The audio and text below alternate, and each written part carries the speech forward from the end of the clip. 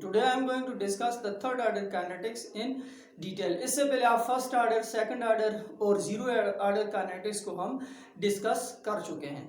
तो third order क्या होता है बच्चे आपके पास, इसकी डेफिनेशन मैं आपके लिए कर देता हूँ।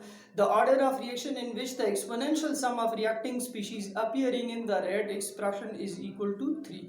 वंस अगेन आप जो ऑर्डर जब भी निकाल रहे होते हैं आपके पास, तो आप ऑर्डर के लिए सेलेक्ट करते हैं रेट डिटर्मिनिंग स्टेप को, जो कि स्लो स्टेप है। ठीक है, तो ये कॉम्प्लेक्स रिएक्शन में आप कर रहे होते हैं। एलिमेंट्री रिएक्शन में जो सिंगल स्टेप में हो रहे होते हैं, आप only by looking at the equation आप ऑर्डर वहां से निकाल सकते हैं रेट लॉ लिख के।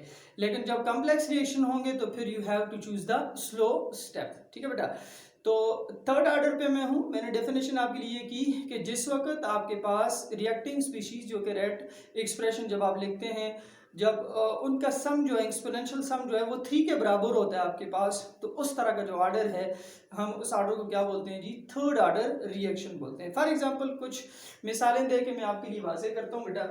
आपके पास है जी 2NO plus O2 gives us what जी 2NO2। ठीक है, तो इसके लिए अगर आप बेटा लिखें रेट लॉ लिखें dx अपॉन dt, ठीक है, इज इक्वल टू वर्ड जी के रेट कांस्टेंट, NO की पावर क्या है आपके पास 2 और O2 की पावर क्या होगी जी, एक्सपोनेंशियल पावर इसकी क्या होगी 1। तो 2 + 1 करें आपके पास, तो कौन सा ऑर्डर आया जी, थर्ड ऑर्डर आया आपके पास। ठीक है, तो when exponential sum of reacting species equal to 3, तो मैंने कहा था आपके पास ये क्या होगा जी, थर्ड ऑर्डर होगा। इसी तरह से आप और भी लिख सकते हैं, और रिएक्शन भी है आपके पास। फॉर एग्जांपल कि आप रिएक्शन करें जी किसके लिए जी, फॉर एग्जांपल आप रिएक्शन करें फॉर्मेशन ऑफ नाइट्रोजाइल क्लोराइड के लिए, NOCl के लिए। ठीक है, 2NOCl कर दें जी, 2NOCl, 2NO plus Cl2 gives us 2NOCl nitrosyl chloride. इसी तरह से आपके पास 2NO plus Br2 changes to form 2NOBr। इनके लिए आप रिएक्शन कर लें तो नाइट्रोजाइल ब्रोमाइड। ठीक है, इसमें भी आप जब रेट लॉ लिखेंगे तो एक्सपोनेंशियल सम किसके बराबर आएगा, 3 के बराबर आएगा आपके पास। तो ये कौन सा ऑर्डर होगा जी, ये थर्ड ऑर्डर आपके पास कहलाएगा। ठीक है बेटा, आप रेट लॉ लिख के देख सकते हैं। ये दोनों रिएक्शन जो मैंने आपके लिए लिखे हैं ये गैस फेज के रिएक्शन है। इसी तरह से आप और भी देख सकते हैं। और क्या है आपके पास जी, फॉर एग्जांपल आपके पास रिएक्शन है बेटा, जिस वक्त आप रिएक्शन कराते हैं किसके साथ जी, FeCl3 को सॉल्यूशन फेज के लिए कुछ आप रिएक्शन कराते हैं किसके साथ जी, 6Ki के साथ। ठीक है, ये मैं पहले भी डिस्कस कर चुका हूँ इस रिएक्शन को। ठीक है, 2FeCl3 changes to form what जी, आपके पास क्या बनाएगा बेटा, ये बनाएगा FeI2। ठीक है, और क्या बनेगा आपके पास सी, और बनेगा बेटा आपके पास सी KCl। ठीक है, और क्या बनेगा आपके पास सी, और बनेगा आपके पास सी I2 बनेगा। ठीक है, इक्वेशन को बैलेंस करें तो 6KCl ये आ गया आपके पास, 2Fe है तो 2Fe ये आ गया। I कितने आपके पास 6 हैं, 2 2 4 और 2 6। ठीक है, अब अगर आप देखें तो यहाँ पर 6 + 2 ये तो 8th ऑर्डर बन रहा है। इसके लिए आपने मैकेनिज्म कंडक्ट करना है। तो ये मैं पहले ऑर्डर वर्सेस मॉलिक्यूलरिटी वाले रिएक्शन में से एग्जांपल को डिटेल में करा चुका हूँ, आप मेरी वीडियो वहां पर देख सकते हैं। ये भी असल में कौन सा है जी, ये थर्ड ऑर्डर काइनेटिक्स है। इट लुक्स 8th ऑर्डर, लेकिन जब आप इसके लिए स्लो स्टेप निकालेंगे बेटा तो ये थर्ड ऑर्डर काइनेटिक्स का रिएक्शन है। इसकी एक्सप्लेनेशन अगर आप चाहते हैं तो आप मेरी वीडियो देख सकते हैं, order versus molecularity of reaction and discussion on slow and fast type of reaction, ये मैं ऑलरेडी करा चुका हूँ। ये सॉल्यूशन फेज के लिए कुछ मिसाल थी, ये गैस फेज के लिए। तो इन सब में जो एक्सपोनेंशियल सम है ऑफ रिएक्टिंग स्पीशीज बेटा वो किसके बराबर है, 3 के बराबर है। इस वजह से ये कौन सा काइनेटिक्स है, ये कौन सा ऑर्डर है आपके पास, ये थर्ड ऑर्डर रिएक्शन है। थर्ड ऑर्डर रिएक्शन को आगे हम 2 केसेस में डिस्कस करता हूं आपके लिए। केस 1 में है all the reacting species are same, और केस 2 में जब all the reacting species different होगी तो इंटीग्रेटेड इक्वेशन पे के और टी की वैल्यूज पे क्या फर्क पड़ेगा, इसे हम डिस्कस करेंगे। केस 1 है जिसमें आपके पास रिएक्टिंग स्पीशीज क्या है बेटा, सेम है। तो आप देखें ए और गिव्स अस प्रोडक्ट, ये तीनों स्पीशीज सेम है आपके पास। इनिशियली जब टाइम t 0 था तो इसकी इनिशियल कंसेंट्रेशन A मोल्स थी आपके पास, प्रोडक्ट उस वक्त नहीं बने थे। After the time t after the time passes at time T, ठीक है, कुछ एक्स पोर्शन इसमें से माइनस हुआ तो ए माइनस एक्स होगी इनकी कंसंट्रेशन, और बाकी एक्स पोर्शन किधर चला गया जी, प्रोडक्ट में, ठीक है। तीनों के लिए मैंने लिख दी। आप अप्लाई करें बेटा रेट लॉ को, ठीक है जी, अप्लाइंग रेट लॉ अप्लाई करें जी।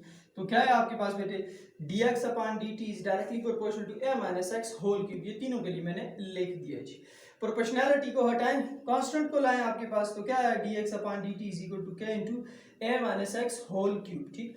आप k को, आप dt को इस तरफ ले जाएं और आपके पास क्या है जी, a minus x whole cube को इस तरफ ले आएं, तो dx by a minus x whole cube is equal to k dt के बराबर, ये इक्वेशन है।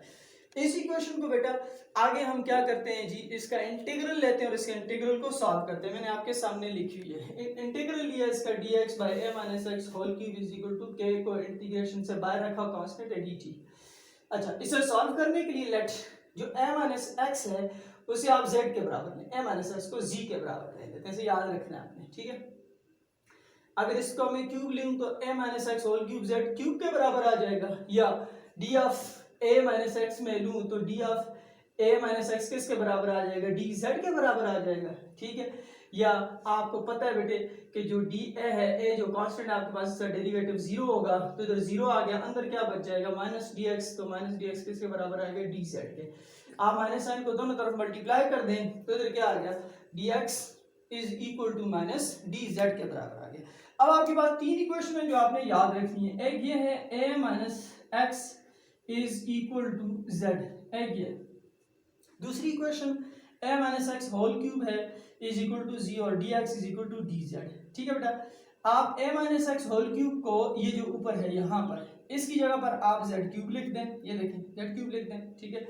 और आप dx की जगह पर क्या लिख दें जी, माइनस dz, ये माइनस का साइन आ गया। ऊपर वाली इक्वेशन 1 में हमने a minus x whole cube की जगह पर क्या लिख दिया जी, z क्यूब लिख दिया सॉल्व करने के लिए इंटीग्रल को, ठीक है। और dx की जगह पर माइनस dz लिख दिया, माइनस का साइन ये आ गया। अब जो इक्वेशन 1 की सूरत है ये आपके सामने is equal to k dt के बराबर आएगा, ठीक है बेटे।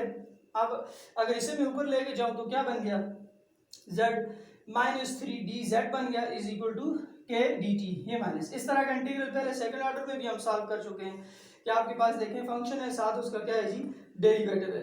तो इंटीग्रेशन के उसूल के मुताबिक ऊपर हम इसमें एक पावर को ऐड कर देंगे और साथ दूसरी पावर क्या हो जाएगी आपके पास ही, इसी तरह की ये जो टोटल पावर है सारी, ये आपके पास नीचे भी क्या हो जाएगी जी, ऐड हो जाएगी। ये माइनस का साइन अपनी जगह पर आपके पास, ठीक है। अच्छा, अब माइनस 3 प्लस 1 क्या हो गया जी, माइनस 2, माइनस 3 प्लस 1 आपके पास क्या हो गया जी, माइनस 2। इधर से आपके पास ये सॉल्व हो गया है, ठीक है जी, के टी प्लस सी के बराबर आ गया। अच्छा, तो इधर क्या बचे, क्या बच गया जी, z माइनस 2 बच गया, नीचे क्या बच गया, माइनस 3 और प्लस 1, माइनस 2 बच गया, ठीक है। तो ये माइनस का साइन इससे उड़ गया आपके पास, ठीक है। तो आपके पास क्या इक्वेशन जी, z माइनस 2 नीचे 2 इज इक्वल टू के टी प्लस सी के बराबर आ गया, ठीक है। ये इक्वेशन मैंने दोबारा यहाँ पर लिख दी है बेटा आपके पास, जो नीचे मैंने प्रूव की थी, क्या थी आपके पास जी, z minus 2 divided by 2, minus sign cut गए थे आपके पास, किसकी इक्वल आ गई, के टी प्लस सी के बराबर आ गए। आप इसे ठीक करके लिखें, इसको इन्वर्ट करके लिखें तो क्या आ गई, 1/2 z square is equal to के टी प्लस सी।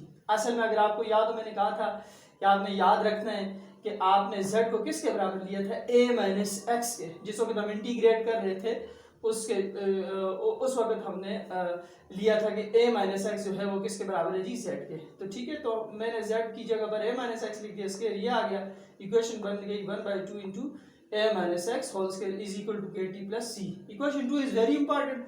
हम इस इक्वेशन को यूज करते हुए बच्चे वैल्यूज निकालेंगे, c की, t की और k की वैल्यूज को निकालेंगे। Let at time t is equal to 0, तो उस वक्त x जो था वो भी 0 था। x क्या है, अमाउंट ऑफ प्रोडक्ट फ्रॉम, जिस वक्त रिएक्शन नहीं शुरू हुआ था टाइम t 0 था, प्रोडक्ट नहीं बने थे। तो ये वाली वैल्यूज उठा के इक्वेशन 2 में डालें तो आपके पास क्या है बेटे, x की जगह मैंने 0 पुट किया तो इधर 1/2 a स्क्वायर बच गया, t 0 हो गया, ये खत्म हो गया, तो इधर c बच गया, ये c की वैल्यू आ गई आपके पास इक्वेशन 2 से। अच्छा, अब आप इक्वेशन 2 से अगर k और t की वैल्यूज को निकालना चाहते हैं तो इक्वेशन 2 में c की वैल्यू को पुट कर दें, ये c की वैल्यू उठाएं, इस इक्वेशन 2 में डाल दें। तो आप देखें c की जगह पर मैंने क्या लिख दिया, 1/2 a स्क्वायर, बाकी इक्वेशन उसी तरह से, के टी आपके पास है और 1/2 2a minus x whole square आपके पास आ गया। ठीक है जी, मजीद आगे प्रोसीड करें, केटी के इक्वेशन को बनाओ तो 1/2 into a minus x whole square ये आ गया आपके पास। ठीक है, ये वाली टर्म इधर क्या हो रही थी, प्लस इधर जाके होगी माइनस 1/2 ए स्क्वायर आ गया आपके पास। केटी के लिए आपने ये इक्वेशन बना ली। अब आप देखिए बेटा 1/2 इधर भी है और 1/2 इधर भी है, इसको आप कॉमन ले लें। इक्वेशन क्या बनी, k t is equal to 1/2 into 1/a minus x whole square minus 1/a square आ गया आपके पास। ये 1/2 को हमने कॉमन लिया है। ठीक है, मजीद आगे प्रोसीड करें तो क्या बनेगा, आप एलसीएम ले तो क्या है बेटा a square into a minus x whole square, LCM आ गया आपके पास। ठीक है, बाकी क्वेश्चन उसी तरह से है। ऊपर क्या बचेगा, ए square minus a minus x whole square, इस तरफ से ए माइनस एक्स स्क्वायर कट गया और इस तरफ से ए स्क्वायर कट गया, आपके पास बचा a square minus a minus x whole square बच गया। ठीक, आगे जाएं तो k t is equal to 1/2 a square ये आ गया आपके पास, बाहर माइनस का साइन है, अंदर a minus b whole square formula को खोले। ठीक है, तो आपके पास इक्वेशन क्या बची जी, ए स्क्वायर, ठीक, बाहर माइनस का साइन था तो माइनस माइनस क्या हो गया, plus 2x minus x square आ गया। डिवीजन में वही कुछ है, a square into a minus x whole square आपके पास आ गया। ठीक है जी, अब आप देखें ये खोलने से ए स्क्वायर की टर्म्स कट गई, ये प्लस है ये माइनस है।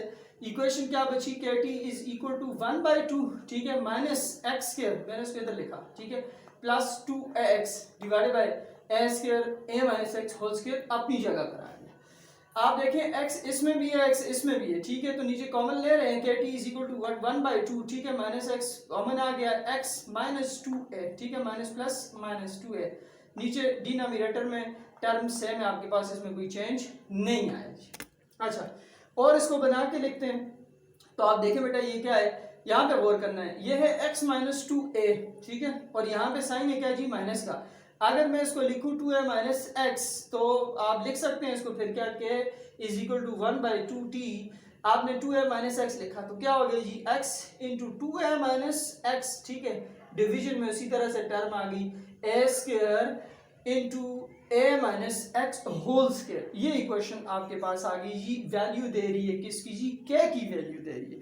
अब अगर आप बच्चे इस इक्वेशन से आप वैल्यू निकालना चाहते हैं किसकी जी, t की वैल्यू निकालना चाहते हैं तो t किधर आ जाएगा आपके पास, t आ जाएगा यहाँ पर, ठीक है, k की जगह पर, तो t किसके बराबर आ गया, 1/2k into x 2a minus X divided by A square into a minus x whole square. तो इस t की वैल्यू से हम फिर थर्ड ऑर्डर रिएक्शन के लिए हाफ लाइफ को निकालेंगे जी।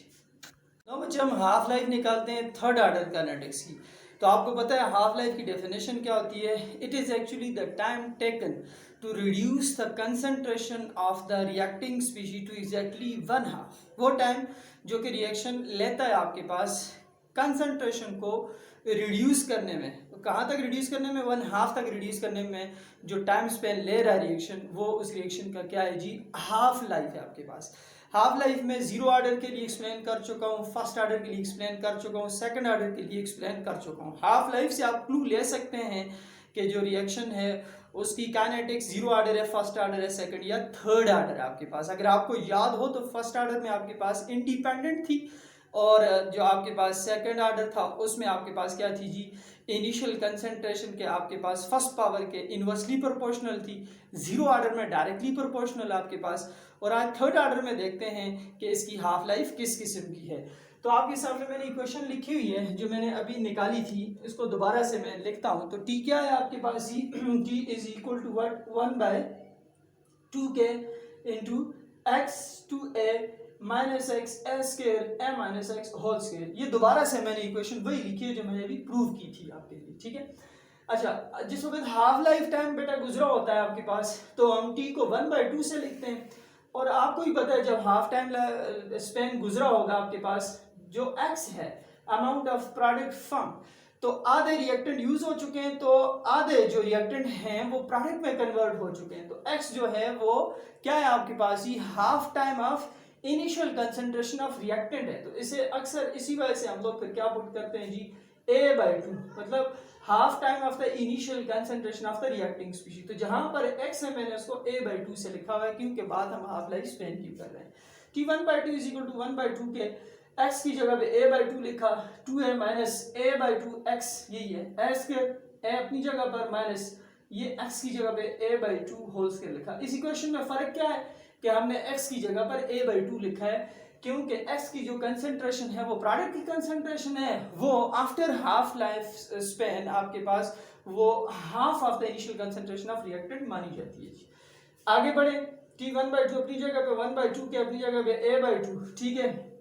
तो ये 2a है, ठीक है। 2 में से आप आधा निकालें आपके पास तो कितना बचेगा 1.5। इसको मैं लिखता हूँ 3/2a लिख सकता हूँ इसको, ठीक है। नीचे क्या आ गया जी a स्क्वायर, और आपके पास क्या है जी ये a/2 whole square. a/2 whole square कैसे आ गया, ये फुल था आपके पास, ठीक है। तो आप 1 में से आप हाफ को निकालें आपके पास तो क्या बच गया जी a/2 बच गया, मतलब हाफ ही बच गया। तो इसका स्क्वायर इसके साथ मैंने लिख दिया। T1/2 इज इक्वल टू 1/2 के इज इक्वल टू 1। अब इक्वेशन को बनाना है आपने, इसे मैं लिख सकता हूँ आपके पास ही 3a स्क्वायर लिख सकता हूँ, ठीक है। 3a स्क्वायर लिख सकता हूँ, नीचे क्या लिख सकता हूँ जी 4। पूरा टर्म मैंने ये बना दिया। नीचे क्या बेटा उसी तरह से a स्क्वायर, ठीक है, खोल के लिखें a²/4 आ गया आपके पास, ठीक है। इसका स्क्वायर खोला तो क्या है जी नीचे आप देखें T1/2 इज इक्वल टू 3, ठीक है। ये a²/4 ये खत्म हो गया। ऊपर क्या बचा, ऊपर आपके सामने 3 ये बच गया, ठीक है। मल्टीप्लाई हुआ 1 से 3 आया। नीचे क्या है 2k बच गया और a² बच गया, 2k a² आ गया आपके पास, ठीक है जी।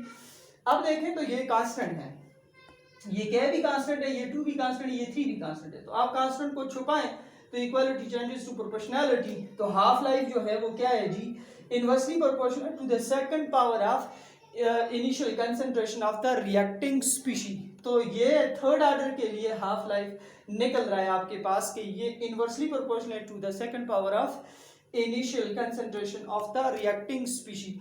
तो इस तरह से बेटे आप देखें तो first order, second order, third order और जीरो ऑर्डर के लिए जो हाफ लाइफ की इक्वेशन थी, ये जो रिजल्ट है आपके पास वो डिफरेंट थे। इन हाफ लाइफ की इक्वेशन से आप क्लू ले सकते हैं कि रिएक्शन जो आप एक्सपेरिमेंटली पढ़ रहे हैं वो थर्ड ऑर्डर का है या किसी और ऑर्डर ऑफ रिएक्शन का है।